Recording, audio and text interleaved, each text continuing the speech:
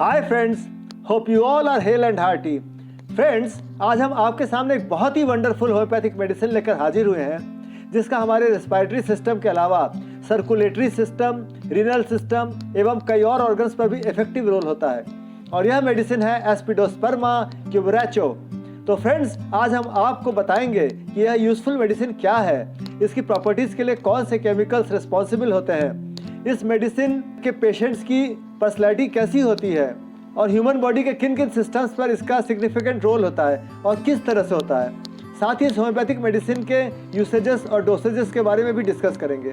तो फ्रेंड्स, पूरी जानकारी के लिए इस वीडियो के शुरू से अंत तक बने रहिएगा और अगर आपको हमारे वीडियोस पसंद आते हों तो प्लीज़ हमारे चैनल को जरूर सब्सक्राइब करिएगा और बेल आइकॉन को भी प्रेस करिएगा ताकि आने वाले वीडियोस के नोटिफिकेशंस आप तक पहुंच सकें।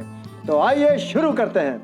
एस्पिडोस्पर्मा क्यूबरैचो या एस्पिडोस्पर्मा, जो कि फैमिली एपोसियानेसी के 60 से ज़्यादा स्पीशीज में से एक है और सबसे ज़्यादा इंपॉर्टेंट स्पीशीज है जिसका होम्योपैथिक मेडिसिन के रूप में बहुत ही सिग्निफिकेंट रोल है।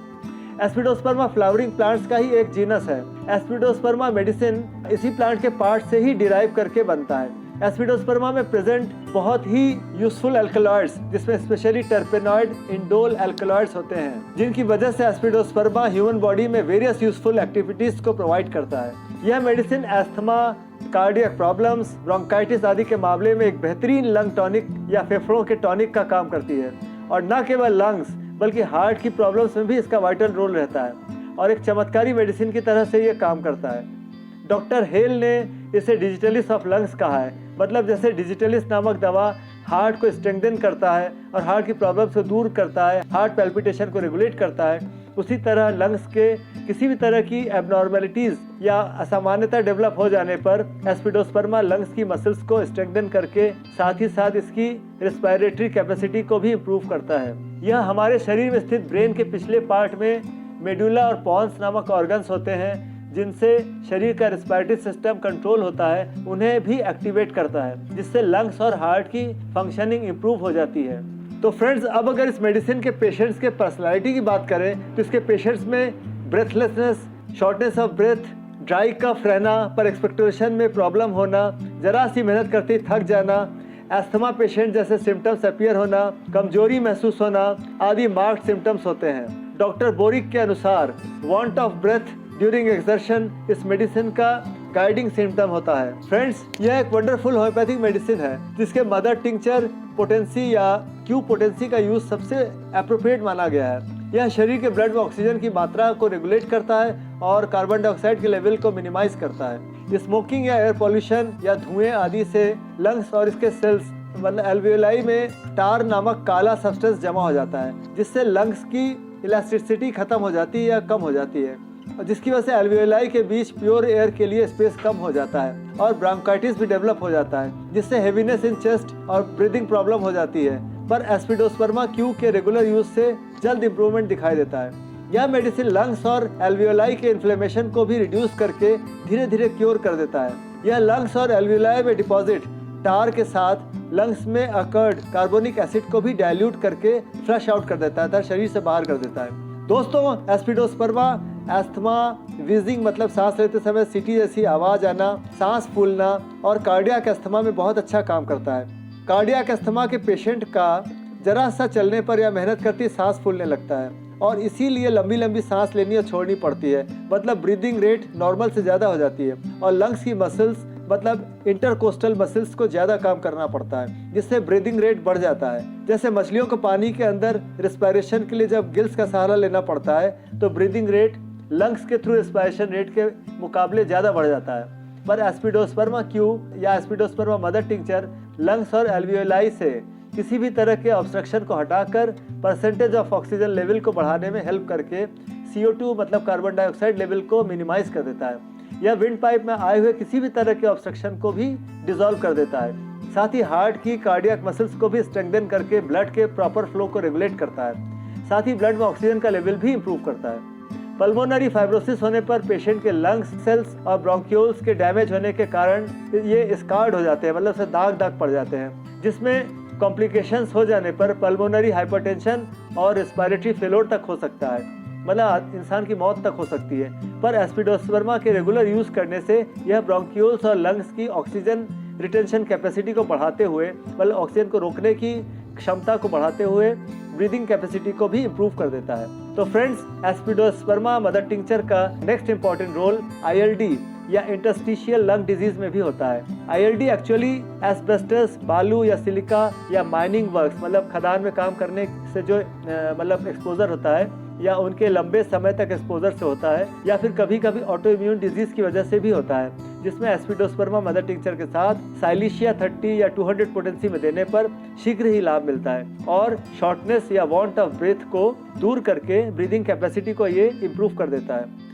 तो फ्रेंड्स, आइए एस्पिडोस्पर्मा का सिग्निफिकेंट यूज नेक्स्ट सिम्टम मतलब पल्मोनरी स्टेनोसिस में भी देखते हैं। पल्मोनरी स्टेनोसिस में पल्मोनरी वॉल्व या राइट वेंट्रिकल और पल्मोनरी आर्टरी के बीच का वॉल्व बहुत नैरो या संकीर्ण हो जाता है या फिर स्टिफ या कड़ा हो जाता है, उसकी इलास्टिक वैल्यू कम हो जाती है, जिससे हार्ट और लंग्स के बीच ब्लड का प्रॉपर एक्सचेंज नहीं हो पाता है, जिससे परसेंटेज ऑक्सीजन का भी उचित सप्लाई नहीं हो पाता है। नतीजा ये होता है कि सांस लेने में दिक्कत होने लगती है और ड्राई कफ आने लगता है। एस्पिडोस्पर्मा मदर टिंचर के प्रॉपर यूज से या प्रॉपर डोज लेने से ब्लड में ऑक्सीजन डिसॉल्व होने की कैपेसिटी इंप्रूव होती है और किसी ब्लॉकेज की वजह से डेवलप हुए स्टेनोसिस को भी इस दवा का यूज क्योर करता है। यह पल्मोनरी आर्टरीज और पल्मोनरी वेन्स दोनों के ही ब्लॉकेज में रेमेडी का काम करता है। इसका next vital role uremic dyspnoea के केस में भी प्रूवन है।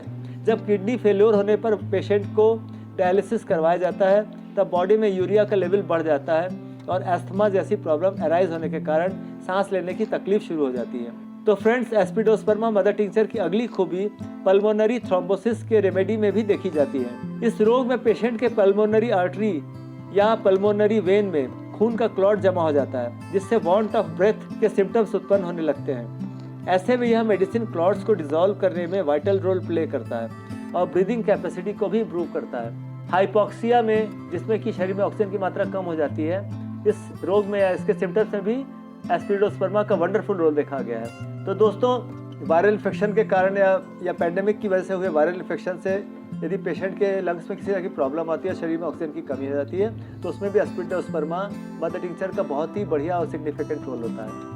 तो दोस्तों, ये एस्पिडोस्पर्मा नामक होम्योपैथिक मेडिसिन किसी तरह के लंग्स के इन्फेक्शन से न केवल प्रोटेक्ट करता है बल्कि अनेक वायरल इन्फेक्शंस या किसी पैंडेमिक द्वारा उत्पन्न होने वाले वायरल इन्फेक्शन की वजह से होने वाले प्रॉब्लम से भी बचाता है। शॉर्टनेस ऑफ ब्रेथ की वजह से जब पेशेंट को दम घुटता हुआ महसूस होता है तो इस मेडिसिन के क्यू पोटेंसी मतलब मदर टिंचर के रिपीटेड यूज से जल्द आराम मिलता है। यह मेडिसिन यूरिया और सीरम यूरिया क्रिएटिनिन के लेवल के बढ़ जाने पर भी उन्हें रिड्यूस करने में हेल्प करता है। यह medicine cardiac system, respiratory system, renal system और यूरिनरी सिस्टम और कुछ हद तक नर्वस सिस्टम पर भी अपना प्रोटेक्टिव फंक्शन करता है। तो आइए फ्रेंड्स, अब इस चमत्कारी मेडिसिन के डोसेजेस पर भी डिस्कस कर लेते हैं। डॉक्टर बोरिक के अकॉर्डिंग एक्यूट केसेस में, मतलब जब अचानक पेशेंट की ब्रीदिंग प्रॉब्लम ऊपर बताए गए किसी भी सिम्टम की वजह से डेवलप हो, तो इसकी 15 से 20 बूंद एक घंटे के इंटरवल पर रिपीटेडली या बार बार देना चाहिए और लाभ हो जाने पर 15 से 20 बूंद दिन में 3-4 बार कर देना चाहिए।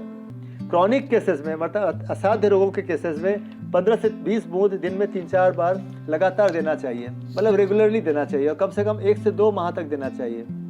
इस दवा की 15 से 20 बूंद आधे कप ल्यूक वार्म या गुनगुने पानी में मिलाकर सिप करके लेना चाहिए, जिससे यह माना जाता है कि अधिक लाभ होता है। बच्चों के मामले में, अर्थात 12 साल से कम उम्र के पेशेंट्स में इसका डोज 15 से 20 बूंद की जगह 5 से 10 बूंद दिया जा सकता है। इन 10 बूंद जो है सामान्यतः देना चाहिए जिससे कि जल्दी आराम मिले।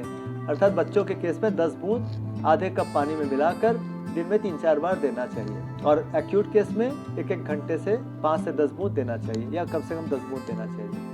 ये सीवियरिटी के ऊपर डिपेंड करता है। यदि सीवियरिटी हो तो 10 बूंद आधे कप पानी में मिलाकर 1-1 घंटे के अंतर पे देना चाहिए और जब सीवियरिटी कम हो जाए तो 10 बूंद आधे कप पानी में मिलाकर दिन में 3 से 4 बार कम से कम देना चाहिए। परंतु पेशेंट यदि प्रेग्नेंट हो, इस केस में किसी क्वालिफाइड होम्योपैथ से कंसल्ट करके तभी इस मेडिसिन का यूज करना चाहिए। तो फ्रेंड्स, अगर आपको हमारे वीडियोस पसंद आते हो तो इस वीडियो को भी अपने फैमिली और फ्रेंड्स सर्किल में जरूर शेयर करिएगा और कोशिश करिएगा कि कम से कम 10 से 20 लोगों तक यह वीडियो आप पहुंचा सकें, जिससे वे भी इसका बेनिफिट ले सकें। तो फ्रेंड्स, आज का वीडियो बस यहीं तक। नमस्कार, बाय बाय।